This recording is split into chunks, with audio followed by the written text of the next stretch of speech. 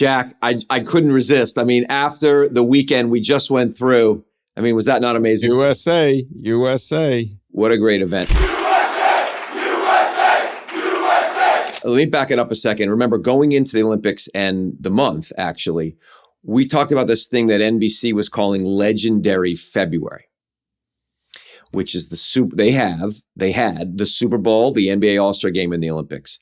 And the Super Bowl, while not one of the most exciting ones ever, still was the second highest rated Super Bowl ever.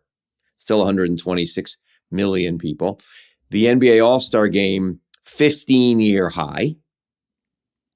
The Olympics. Amazing compared to last year. It's not just 15-year high, but almost doubled last year's ratings. Yeah, that's right. Yeah, that's right.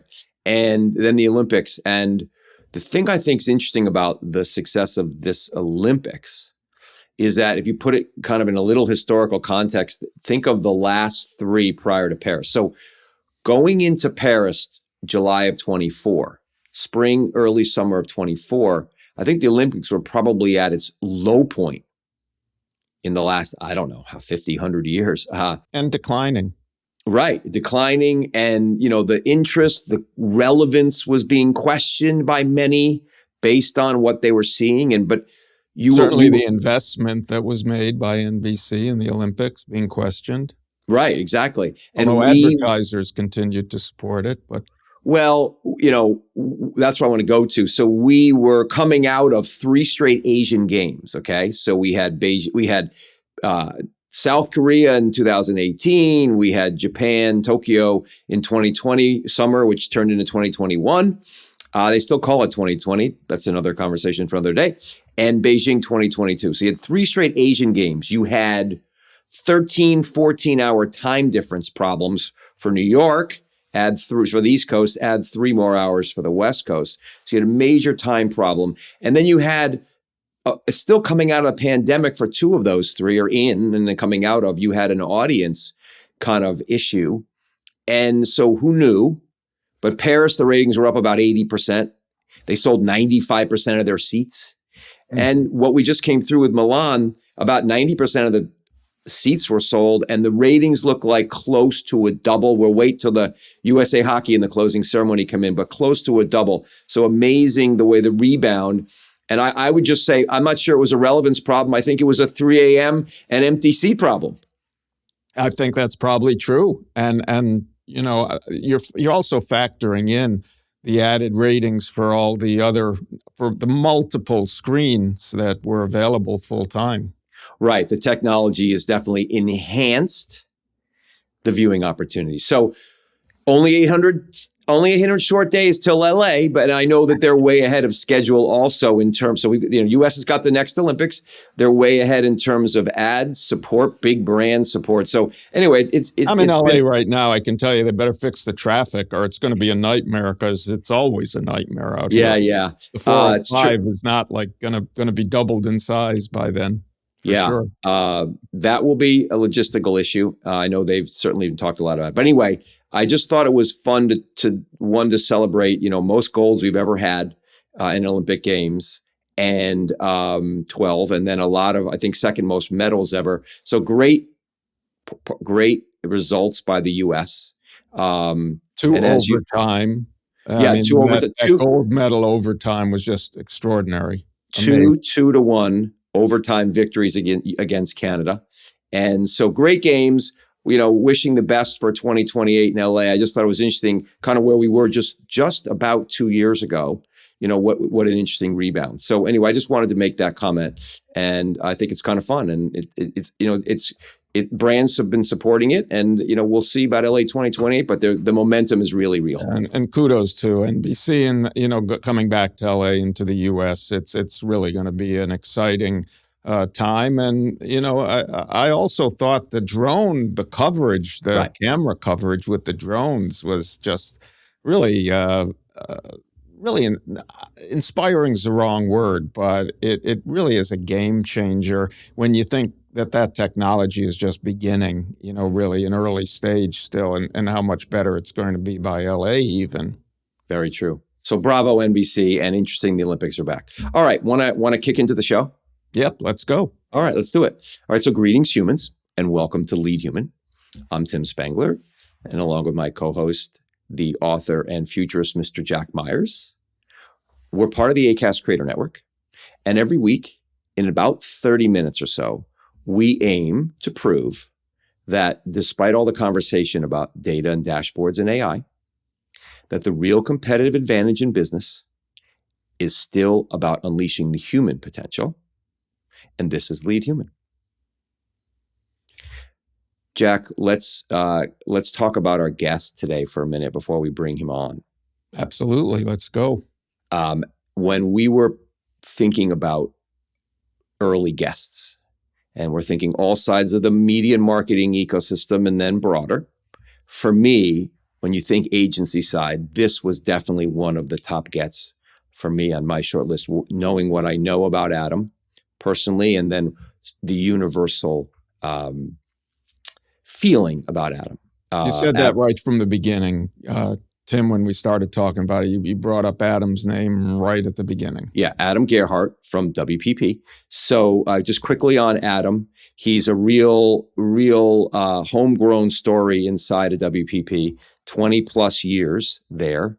Started as an assistant planner, moved to their London office for a lot of years, was in their LA office, became CEO of Mindshare in the US, became global CEO of Mindshare, and now he's the global chief client officer for WPP Media.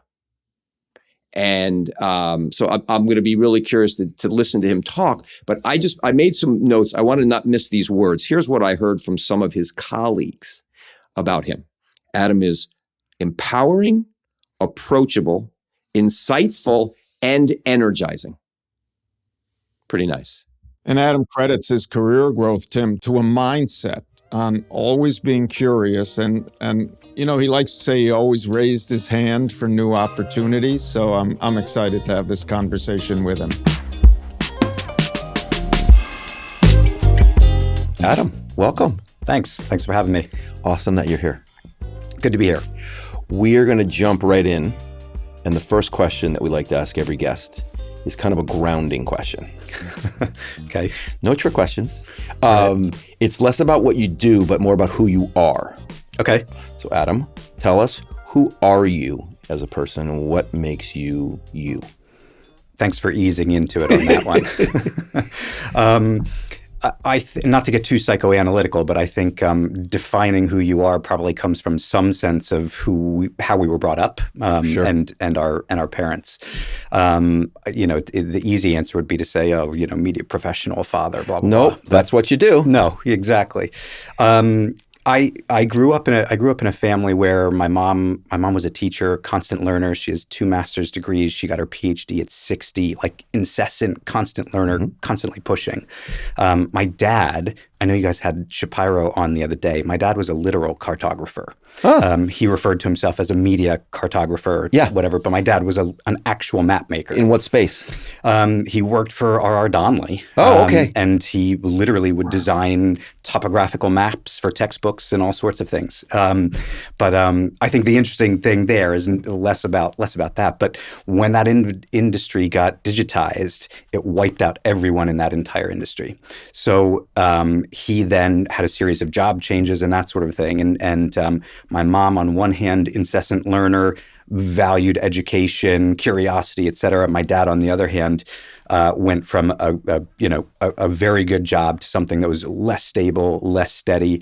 And I think from her, I learned one set of values, and from him, I learned a set of values, which was grit, tenacity, resilience, and kind of constant evolution.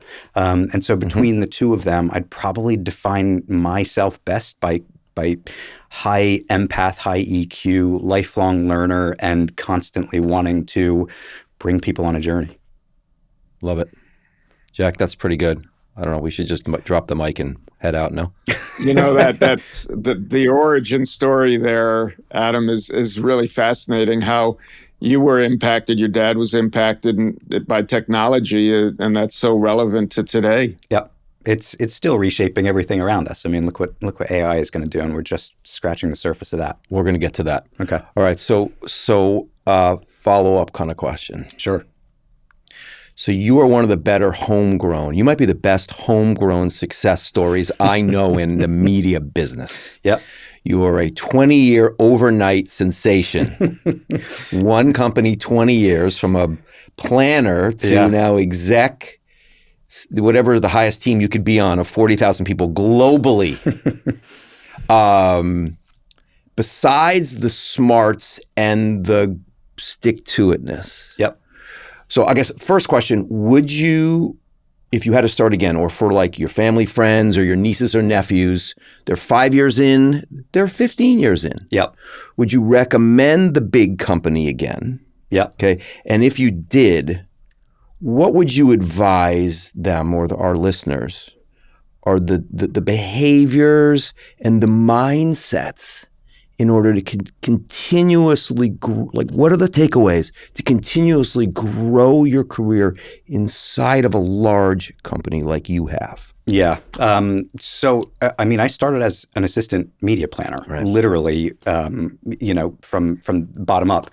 But, worked my way up through a number of different roles, becoming CEO of a region, then a country, then, global CEO of one of the largest media agencies in the world. Mindshare. Mindshare, yep. Something I'm incredibly proud of. And yeah, there were always opportunities and offers to leave and that sort of thing. But I would say the amazing thing about a big organization that values its people is there is no shortage of opportunity for the right people with the right mindset. I mean, what is that mindset? I think curiosity, always willing to raise your hand and lean into things. I am acutely aware that I am the anomaly, having been at an agency, not just in an agency, but one agency for my entire career, pretty much. But it's because every time I thought I felt myself getting bored or complacent, I raised my hand, and there was always something else. And credit to WPP, for recognizing that and supporting me through that. I've done planning, I've done buying, I've done global, I've done local, I've run clients, I've run teams, I've run countries, I've run agencies. I've moved all around the world. I mean, I've done New York to London, spent a little bit of time in Asia, to LA, back to New York, so different geos. So to the people that say, big organizations are hard to navigate, and yeah, they can be, but they're also wildly fulfilling and incredibly supportive. If you have the right mentality and can embrace, the challenges and opportunities that are around you. Okay, so I got the raise your hand. Yep. I know you got more than. Give us a couple others for this. Raise your hand. Curiosity is the other one. And take risks. I mean, when I moved to London, I had never been out of the country, but I was working in comms planning, and I started that practice here in the U.S. with a bunch of Brits, and it was me and 5 Brits. They are the masters in comms planning. They said, look, if you want to go learn comms planning, go to the UK. And so I packed up 2 Nike duffels, as a young kid, never having been out of the country, and I was supposed to be there 2 years. Ended up staying almost 10. Came back with a wife, a house, the whole thing, and I'm grateful. Excellent. Okay, so curiosity, taking some risk, raising your hand. 3 of your principles. Yep. Love that. Jack, you're up. Let's continue the track on people and the fact that you are leading organizations around the world, which is when it comes to people, it's also cultures are different. It's not just geography. Yeah. Coming out of CES in January, you wrote in LinkedIn, the energy at CES is always a stark reminder of the breathtaking pace of innovation around us. Yet, beyond the technology, the most meaningful takeaway is always the people. So as you lead not only teams across different geographies, but teams across different cultures, what are those takeaways about the people, and how are you creating positive work environments across cultures? Well, it's a great question. I am an everlasting and very long technophile. I believe technology is going to change everything for us, and it already has. But the pace of it is only accelerating. We're only scratching the surface of that, and yet even with all of the technology that can bind us together, help us communicate, make sure we don't lose touch of friends or whatever the case is, it can also be incredibly divisive. And at the end of the day, what really matters is the time and energy that we invest in other people around us. And so technology will help us do our jobs. It will take rote motor functions off of our plate. And I'm bullish on all of that. I want all of that. But what technology will never do is be able to understand the body language and signals and things that are beyond the surface of what's on a page or a paper.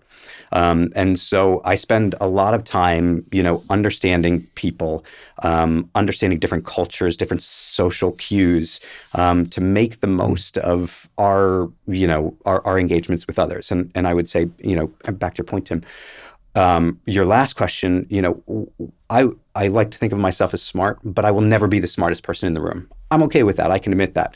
But one of my superpowers and one of the things that I pride myself on is the ability to understand people and bring them together around a common cause. Leadership. Love that. Leadership. That's what it comes down to. And my leadership style is definitely that I am in service of others, not the other way around. Love that.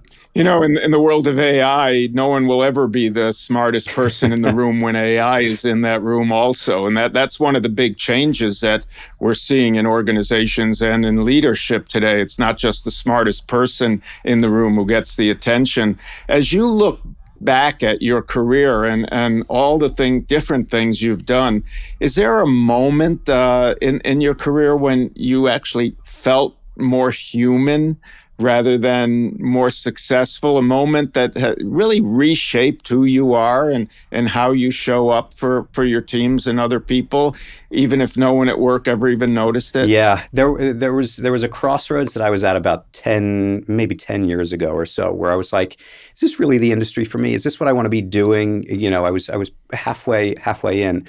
And there's an amazing Mark Twain quote that I love to cite, because he said, the two most important days in your life are the day that you're born and the day that you discover why you were born.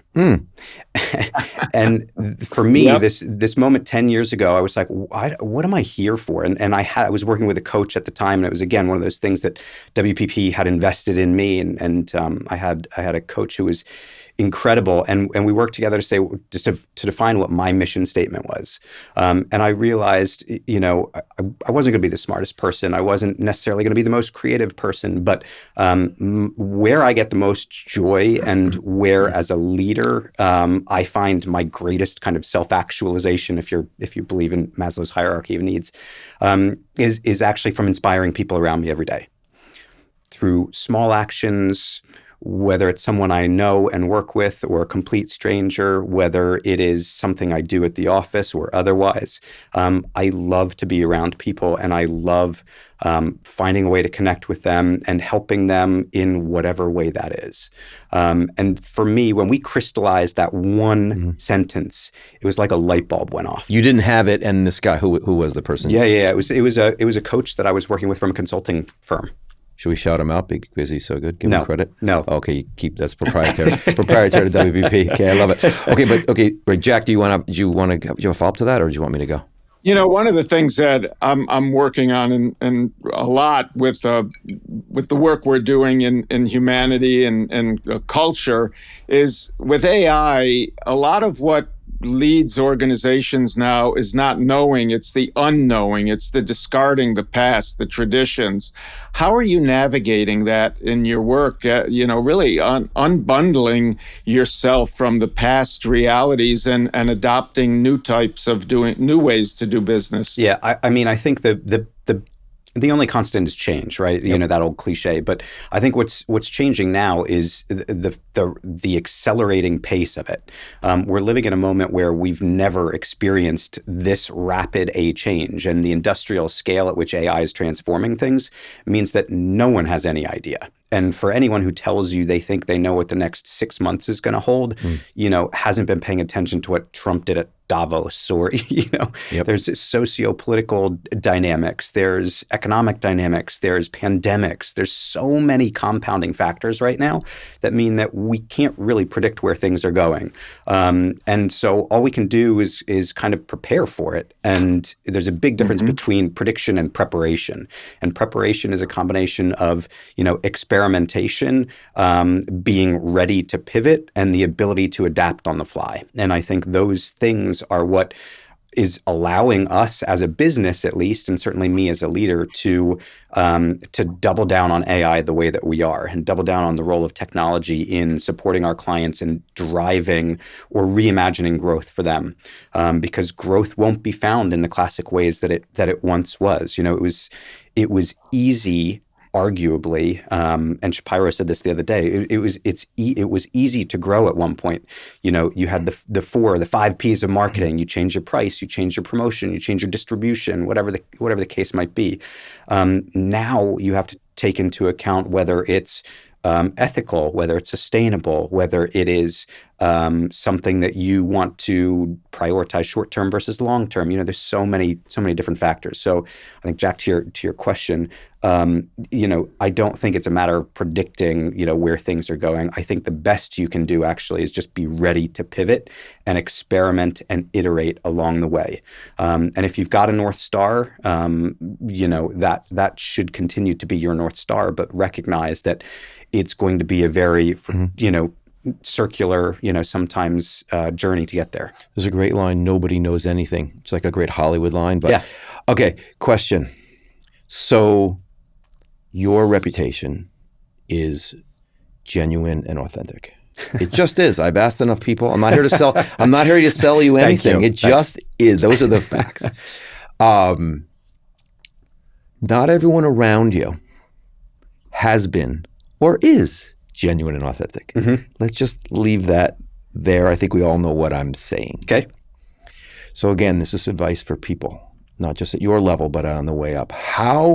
Give us some ways you dealt with bosses, colleagues, and as we're talking lead human, your teams. Yep. Those are 3 different possible strategies. Pick the ones however you want to do it, but deal with the disingenuous bosses, the colleagues that are backstabbing, and the people on your team that don't think like you do. I mean, first of all, it goes without saying, you will, no matter where you work, you will come across someone like this, whether it's above you, below you, parallel, peer, whatever the case is. I think, though, the ability to recognize behaviors, recognize where people are coming from, is probably the most grounding factor. Sometimes it's insecurity. Sometimes it is wild ego and inflated expectation. Sometimes it's a combination of all of those. I mean, you never really understand where a person is coming from. One of the stories I tell was a couple of years ago. Because I lived in London so long, I was doing a ton of international travel. I was flying back from the Middle East to the U.S. And there was a woman who was seated in front of me after we boarded the plane, who was seemingly getting incredibly irate because this person in front of her put their seat back, and she was banging on the seat, and she didn't speak any English. And so the flight attendants didn't know what to do with it. And the first flight attendant comes over and tries to talk to her and calm her down. She's pushing on it. She's almost in tears. Couldn't do anything. Second flight attendant comes over and, tries to talk to her, understand what's going on, and walks away very frustrated, to the point where they were like, should we do something and take this woman off? This is before the plane's taking off. This is just as we boarded, and it was just after we were taking off then. Oh, okay. Finally, they send a third a flight attendant over. And the flight attendant just looks at the woman and watches her for a second. And this woman's banging on the seat in front of her. And what this flight attendant realized is she wasn't angry with the person in front of her. She didn't want their seat to go up. She just wanted more space. And the flight attendant leans over and puts her seat back. And this woman, the sigh of relief and the anxiety that she saw, it just melted away. And this one flight attendant did what, it took 3 of them to actually do. And I raise that as a story because I think it's a great anecdote for saying we never know what someone is experiencing or where they're coming from or what their mindset is. That is one example of someone who just couldn't articulate it. In other cases, yeah, they might be, they might have had a shitty morning or whatever the case is. But I think the easiest way to deal with those situations is try and understand where that person's coming from and why they're in that mindset, whether it's above, below, peer, whatever the case is. And then you don't say, I understand your journey. You just then you don't need appreciate, to. Right? You just it's recognition of it, which allows you to either tolerate it or to address it. And I'm not suggesting you need to tolerate it, especially if somebody's being an asshole. But it does allow you to address it in a more constructive way rather than calling them out for being an asshole. You can actually say, look, this thing that you did, or this perspective that you had, or how you challenged me, just can we talk about it? Let's have an honest conversation about why. And I think, of course, the interesting dynamic in that story, Adam, is the language barrier, and that how it's such a great metaphor for probably so many things that you described there, but listening and the ability to listen and the obstacle of not being able to hear what the issue was or the problem was because you couldn't listen because of the language barrier. And I think that resonates as much as the story itself, that the solution came from just understanding and being able to listen to what the issues are. It's really a great metaphor. I think I was just as glad that they didn't have to take her off the plane and we all landed on time. Yeah, right. So, but I like the fact that you listen, think about it, and then you can have a conversation, but it becomes a more constructive way to maybe clear the air. Yeah. And that's both harder to do with a boss, but sure. With a colleague, that's great advice. And with someone on your team, hey, then you can kind of instruct. Yeah. And hopefully, if you are a strong leader, you've laid out expectations and ground rules and non-negotiables at the outset. And if you haven't, that's the moment to do it. To say, this thing that you did or, whatever happened, that's not the way we conduct ourselves. And so let's use this to level set and move forward. And you put a stake in the ground and you look ahead. And obviously everyone's watching around you if you tolerate it or you don't, if you do something about it or you don't, right? Not in the room when you're having the conversation, but just, he's going to tolerate that. It's a whole difference. Most of the time people will know because it won't happen again, or it'll happen in a very different way. Right. Adam, can you talk a bit within the WPP organization, not just the WPP media, but the holding company itself and the different divisions, and how you're with Mindshare, and Mindshare is the original standalone media operation in the industry. So where do you see the future of the different disparate parts that have been unbundled, media from creative, media from commerce, from sales promotion? How do you see your work in integrating across the WPP organization on behalf of your clients? I think if you, again, put yourself in your client's shoes, at the end of the day, they want 2 things. They want simplicity and assurance. That's what it comes down to. Simplicity. Simplicity. As the first word of what clients want. Would you have said that 20 years ago? Because it's such a complex world. Like it's gotten more complex. So it's more important. It might not have been the first word. Right, but now you think it is. 100%. That's so cool. They have the pressures that they are facing are compounding it at an exponential rate.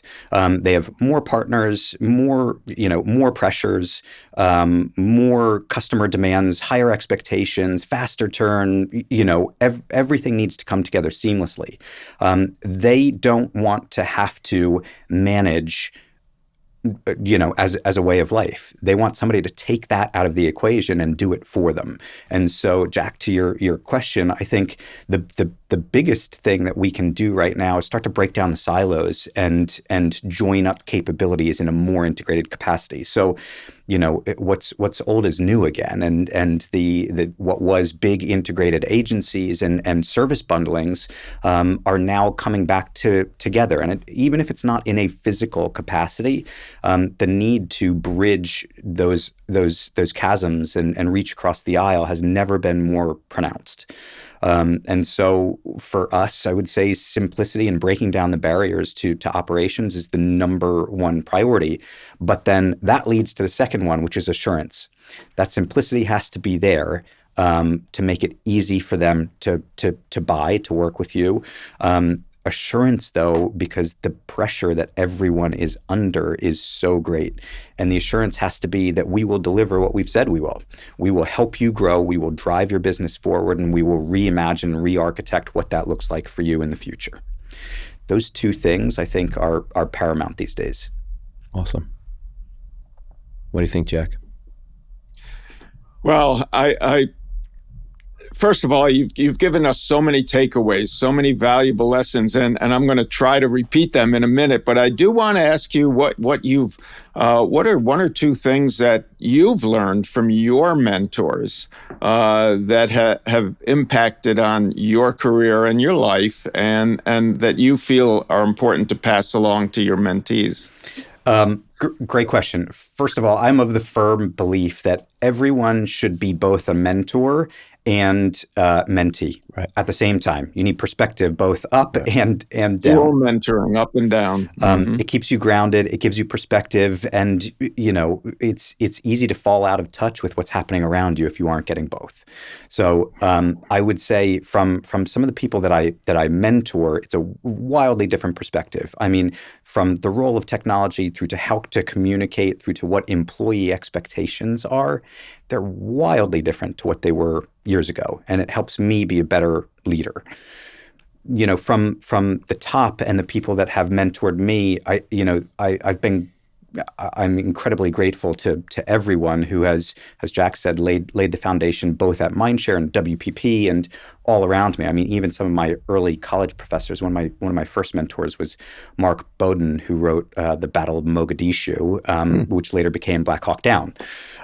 He wrote for The Atlantic and a number of others. But I've been blessed with people all around me willing to provide perspective, and I think, to answer your question more pointedly, probably the two best pieces of advice were don't take anything personally, and do your job and your career will manage itself. That one is really important, more so today than ever before, because it's all too easy to chase the next shiny thing or to chase money or to chase a promotion or whatever the case is. But if you stick to your values, you will be recognized, you will be rewarded. And I like to think that that's certainly the case for me. Tim, I've got a lot of takeaways, but do you have a few you want to share? I've been taking notes here because I didn't want to lose them. So here's my big 10. How do you grow inside an organization? Be curious. Raise your hand. That's like ask for more, right? Raise your hand, like always. Volunteer. Yeah. You said take risks. Trip to London, as an example, your move to London. I love this one about clients. They're looking for simplicity and assurance. Assurance. The one when I asked him about how do you deal with people who are hard to deal with based on the agendas that they bring to the table, both above at your level or on your team. Understand it first, then address it. Then have a clear the air conversation. Right? Yeah, very good. All right, Jack. Well, those are a couple I've got. Well, yeah. So I love your origin story of your mom and dad, and your mom getting her PhD at 60, your dad being a cartographer and losing his career because technology that's so relevant, and how both of those, your parents, informed who you are today. You described yourself as a technophile, and you talked about how tech can be divisive, if we do our jobs, though, tech won't understand the human language of solutions and understanding that only those human relationships can give you.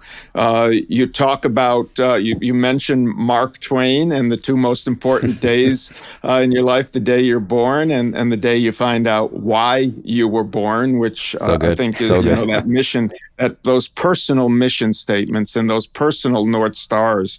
You talked about when there are conflicts, there are also non-negotiables as solutions in an organization. And I think that's, especially with some of the generational shifts that leaders are challenged by today, that's really valuable. I'll repeat again, Tim said the simplicity, the assurance.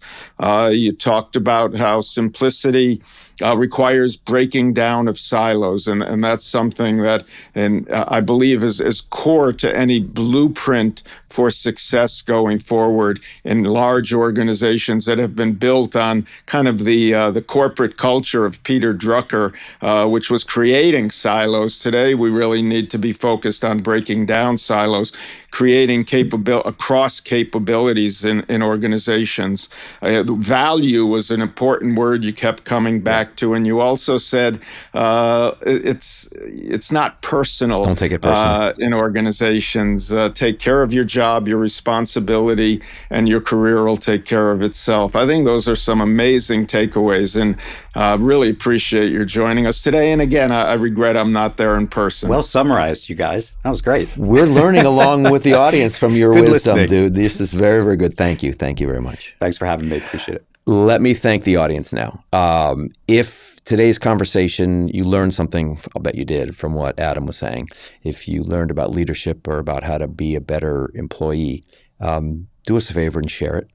And help us on this journey now with Adam to lead in a human way. It's a mission Jack and I are on, and we're enlisting the best in the world to help us do that.